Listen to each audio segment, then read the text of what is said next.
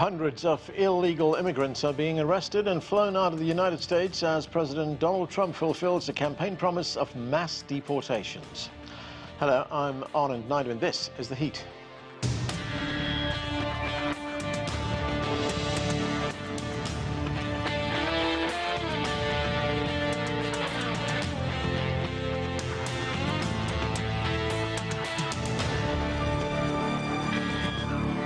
In his first week in office, U.S. President Donald Trump has carried out 21 executive actions to overhaul the country's immigration system. Among them, Trump declared a national emergency at the U.S. Mexico border, suspended the entry of all undocumented migrants to the United States, and expanded the powers of Immigration and Customs Enforcement to arrest and detain undocumented immigrants on U.S. soil. On Sunday, nearly 1,000 people were arrested during raids in major U.S. cities, including Chicago. That's where we begin with this report from CGTN's Dan Williams.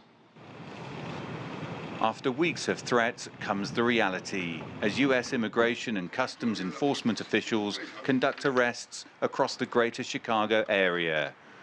There are similar scenes around the U.S. According to U.S. government officials, hundreds of arrests and deportations of illegal migrants are taking place on a daily basis.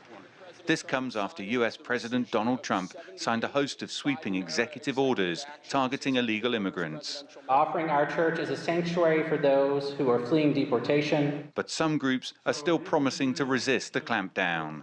This is a multi-faith coalition gathering at a church in Evanston, Illinois, just outside Chicago. There are ways to have an immigration policy that secures the border, that keeps our people safe, and that has nothing to do with tearing families around and terrifying children. And the idea that there's any need to do that awful thing in order to do the necessary thing, I think is a lie perpetrated by people who are trying to pick a fight and act as bullies. Trump's border czar, Tom Homan, and acting Deputy Attorney General Emil Bove were in Chicago over the weekend. Homan says for now they are focusing on criminals with arrest warrants and deportation orders. But he also acknowledges that there may be arrests of people without criminal backgrounds. Chicago is a so-called sanctuary city, which means city authorities and the local police will not cooperate or share information with U.S. Immigration and Customs Enforcement officials. But that has not stopped the arrests and deportations, while agents also raided this worksite last week in Newark, New Jersey, another sanctuary city. One of the Trump administration's new directives will allow federal authorities permission to target what were considered sensitive areas, such as schools and churches, once deemed off limits. But some faith leaders, church groups and civic leaders are fighting back and say they will continue to open their doors to immigrants to provide short-term emergency shelter. Are people who are willing to put their considerable privilege or resources to bear on making sure that they know that they're not alone, that they have a place to go, and that we care, and that it's not going to be something where we ignore this issue. In fact, we're going to be very active on it. The uptick in arrests of migrants appears to be just the start. Trump officials say daily deportations are set to rise in the coming months as they expand operations. Dan Williams, CGTN, Evanston, Illinois. For more now on Trump's immigration policy, let's bring in our panel. Joining us from Austin, Texas, is Kate Lincoln-Goldfinch. She's an immigration attorney. Also with us, Laura Carlsen is the executive director of the Mexico City-based think tank Mira, Feminisms and Democracies. From Miami, Florida, Jadan Horyn is a political analyst, and Abel Nunez is the executive director of CARECEN here in Washington, D.C. Thanks, everyone, for being with us. Abel, as we reported, U.S. Immigration and Customs Enforcement, known as ICE, they've arrested about 1,000 undocumented migrants in raids across the country on Sunday. There are a number of figures on the number of undocumented people in the United States. The figure we hear most often is 11 million, but some think it could be much higher than that. But these raids that took place, what kind of impact is it having across immigration communities in the country? Well, I think that the impact is all communications. They just really want to scare people. This administration needs an enemy, and the enemy are immigrants, because they know that they cannot achieve their agenda, and so they need to keep people focused on the border, on immigrants, and that's why they use language like invasion or, an emergency, which is not. We also need to be clear that deportations did not start when Donald Trump took over. Deportations were happening under the Biden administration, as in every administration. As a matter of fact, Biden deported more people than the first Trump administration. So to think that Trump came in and somehow ICE was sitting idly in their office not doing anything, that's not really what happens. They were working, they were deporting criminal aliens, and that's one of the key words that they're using. They don't have the ability to actually do raids.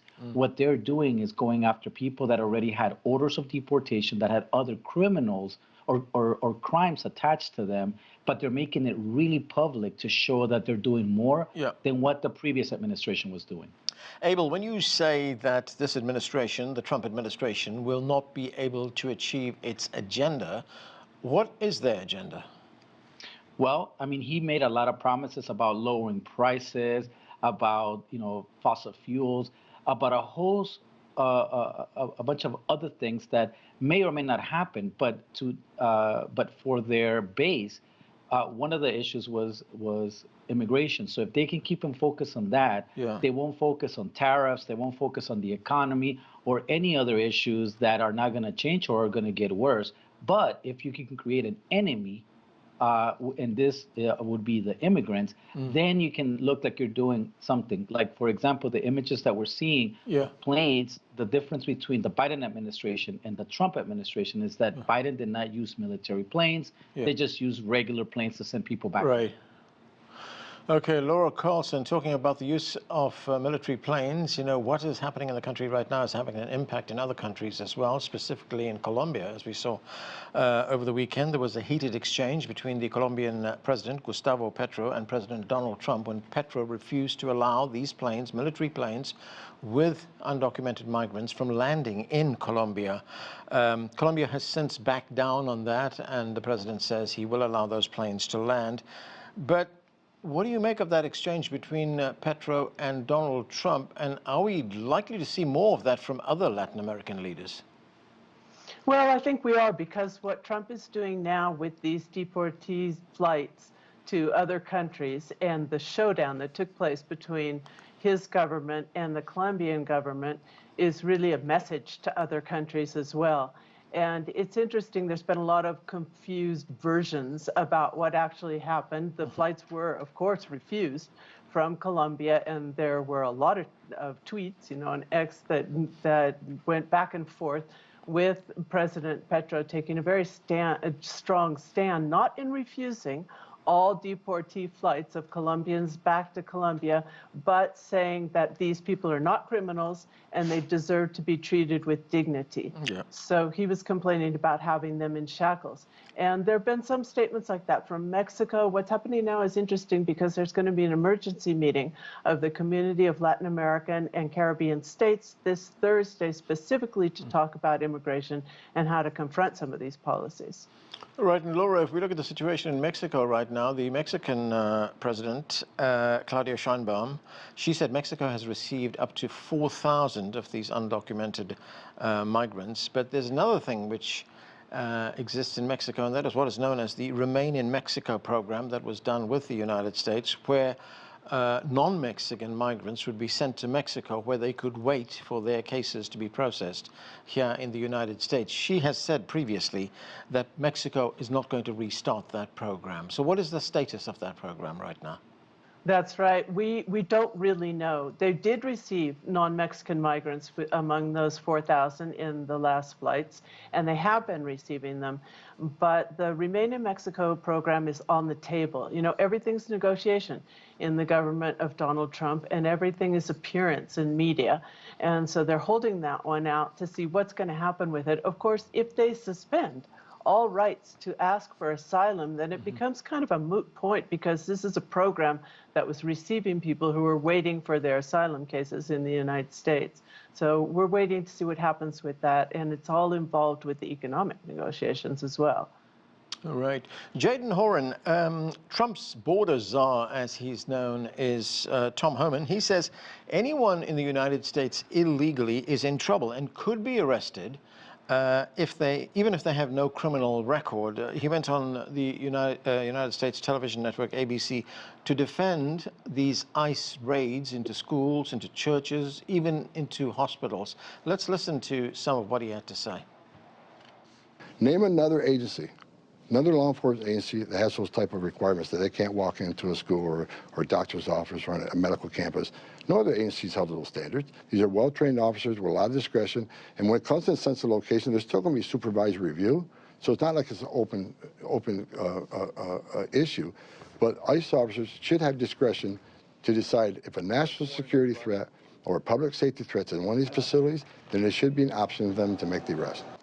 And Jadan, are the president's actions going too far? And one other point, and we heard this from Laura as well, why are migrants being deported in shackles? And in many instances, some of them are also being handcuffed as well. Well, what we know, according to a recent Axios poll, is 9 out of 10 Republicans and 1 out of every 2 Democrats support mass deportation for illegal immigrants. What's really interesting about those numbers is it's for illegal immigrants, and it makes no determination whether someone has committed a crime or not. So the American people, and broadly speaking, people in the West, have shifted in their perspectives on immigration. Now, the most recent immigrants, if they are in fact here with criminal records, it would logically follow that they would be detained often the way that criminals are, which would be with restraints. So I find that more an objection based on optics than the fact that these in fact may be criminals, and criminals are detained and they are in shackles. How the United States may detain them may be different than another country, but in general, if someone is dangerous and they're being deported or repatriated back to their home country, they would likely be for the safety of themselves, their fellow passengers, and the officers that are taking them, restrained. That being said, I will say that Tom Homan's policy is basically that no matter whether someone is a criminal or not in the terms of the justice system, that those that are here illegally broke the law and therefore, as illegal immigrants, can be subject to deportation. And I think that's the strict standard that the Trump administration is taking, and that many people are up in arms about. Kate, do you agree with that standard that Jadan is talking about? I mean, those being deported, those being arrested, are put on planes, flown out of the country. Do they not have any legal recourse? Can they not go to court and try to prevent this happening? Can they not get some kind of an order? Well, this is one of the executive orders that was announced on the first day in office, which talks about expedited removal, and it expanded it to the full extent of the law. So essentially, if someone's been in the country for less than 2 years, they don't really have rights to go before a judge or to have a hearing or even really to appeal. And if they've been here for longer than 2 years, and if they can prove that at the moment they're being processed to the satisfaction of the deportation officer, then they should have the right to call an attorney, go before a judge, seek some sort of defense against deportation. So this is one of the strongest pieces of advice that I and other lawyers and activists have been sharing in the Know Your Rights group of information, is for people who are undocumented who have been here for longer than 2 years. Now is the time to collect evidence of that time in the United States, save it in a safe folder, take pictures of it in your phone, and be able to prove at a moment's notice that you have that time in the United States so you can stop a rapid deportation. And Kate, what about those who are being threatened with deportation, those who were born in the United States?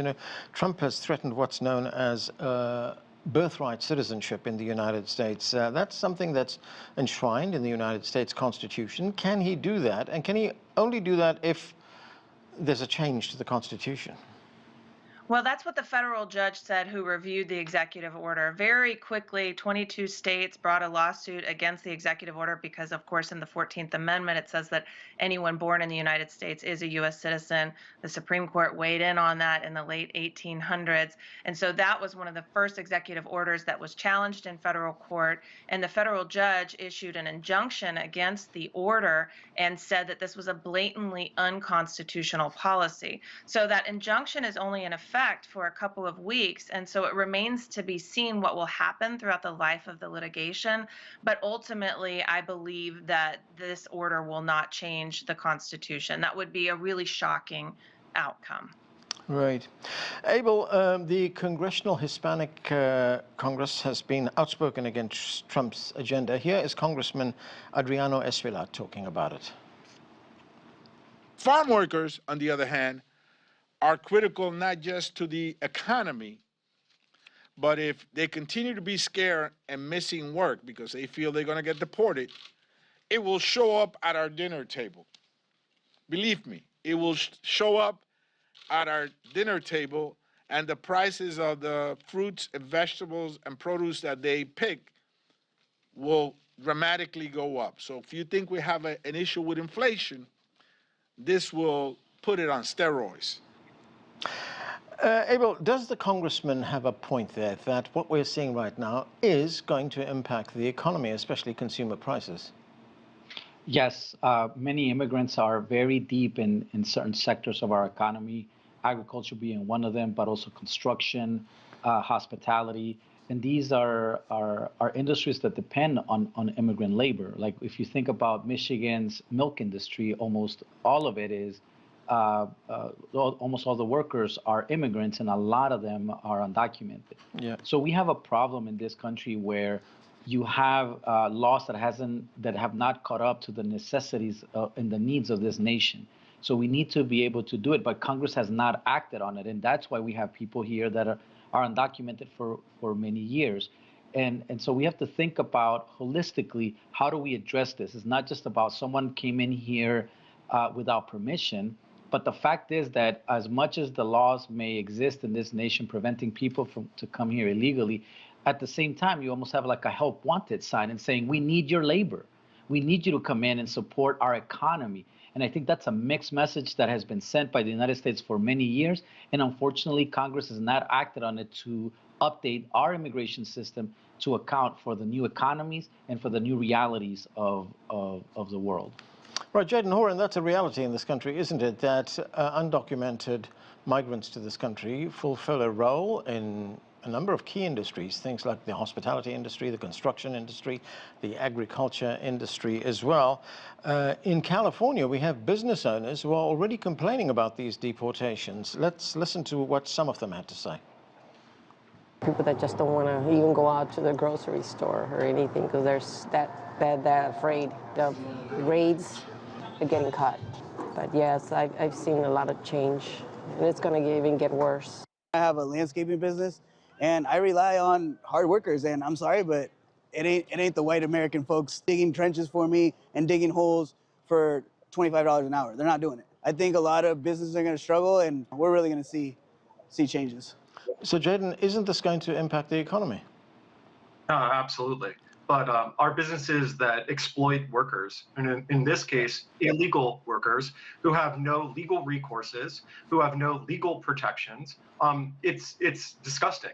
And our businesses in the United States need to be subject to laws that protect their workers. In states like California that are progressive, ought to have laws on the books to ensure that employees are in fact employees and not just exploited indentured servants for these industries and these businesses. The fact of the matter is that we operate with a black market economy in the United States, and it's time that it stops. Whether it's a Trump administration, whether it's a Democrat administration, they should not be exploiting people based on the status of them being illegal.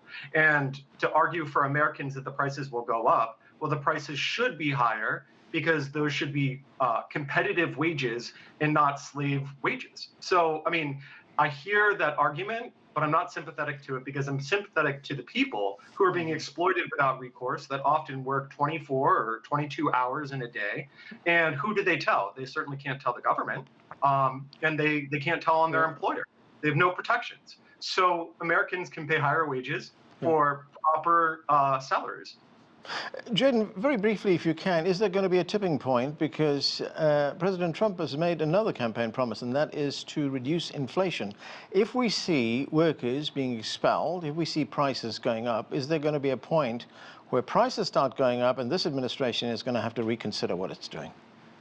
Well, I mean, to not get a little too wonkish here, we know the two main inputs to inflation are the money supply, and then in general inputs to prices. So energy costs or labor costs. Right. In this case, if labor costs go up and the administration is successful in combating energy costs going down, then it could be a net neutral. But that's an unknown unknown. Yeah. What we do know is that labor is a huge input, and it will go up if we have to pay competitive wages to people, which we ought to do. Right.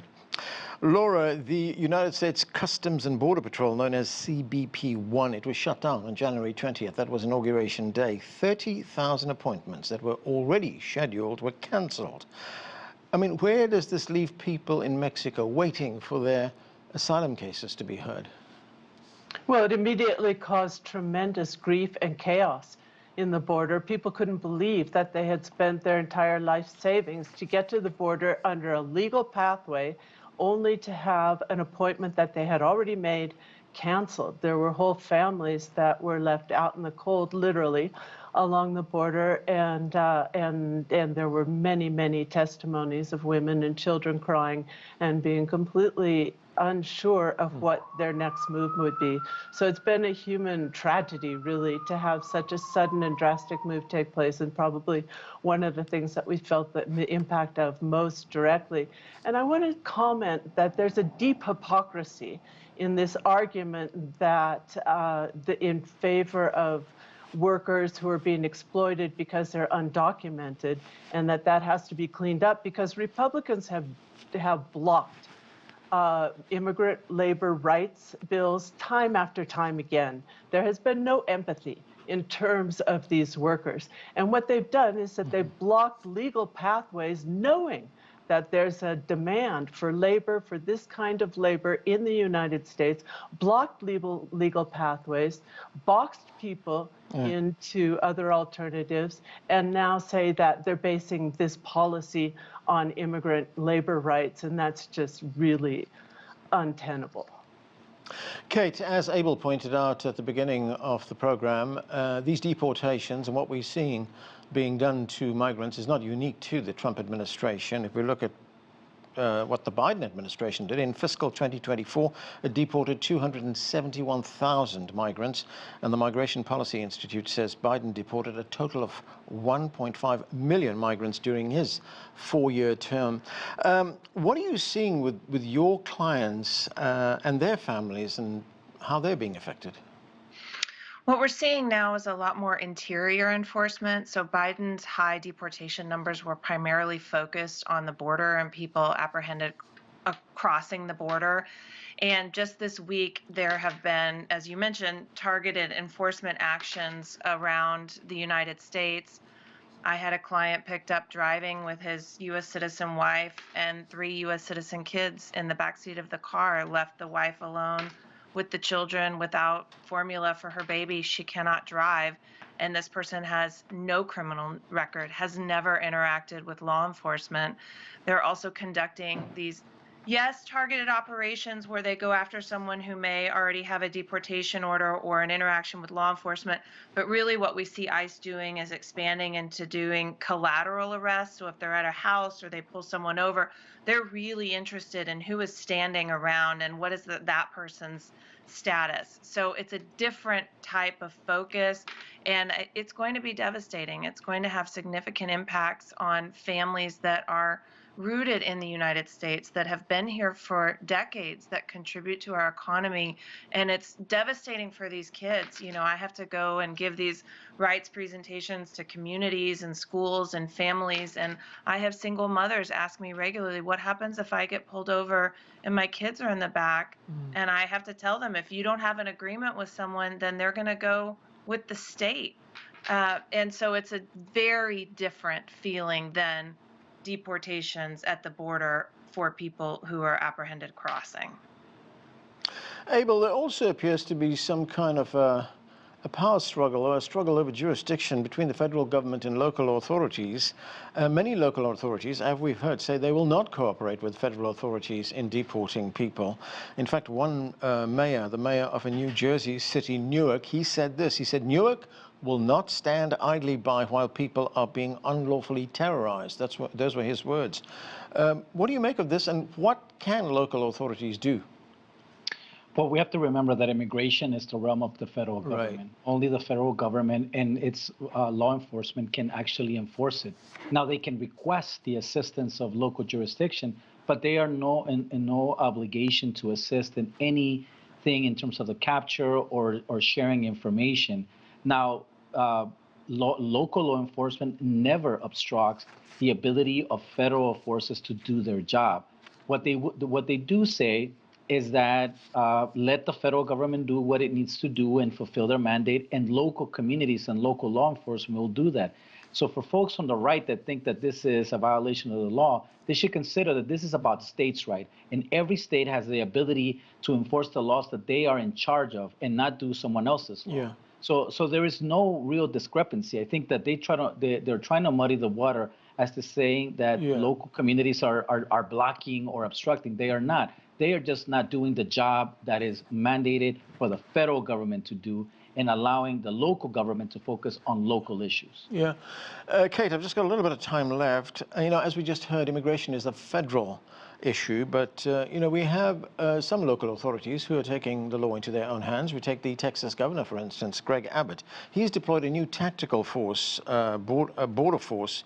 That's in addition to the thousands of Texas National Guards who are at the border. Can he do that?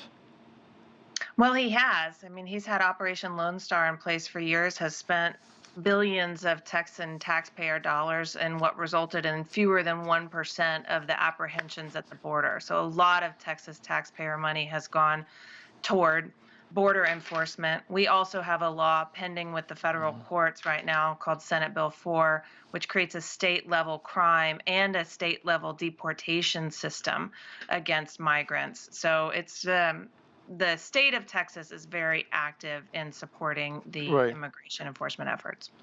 Jadan, very quickly, the U.S. Secretary of State, Marco Rubio, the new Secretary of State, he'll be traveling to Central America. He does that next week or later this week. What is on the agenda? What's the message he's going to be taking?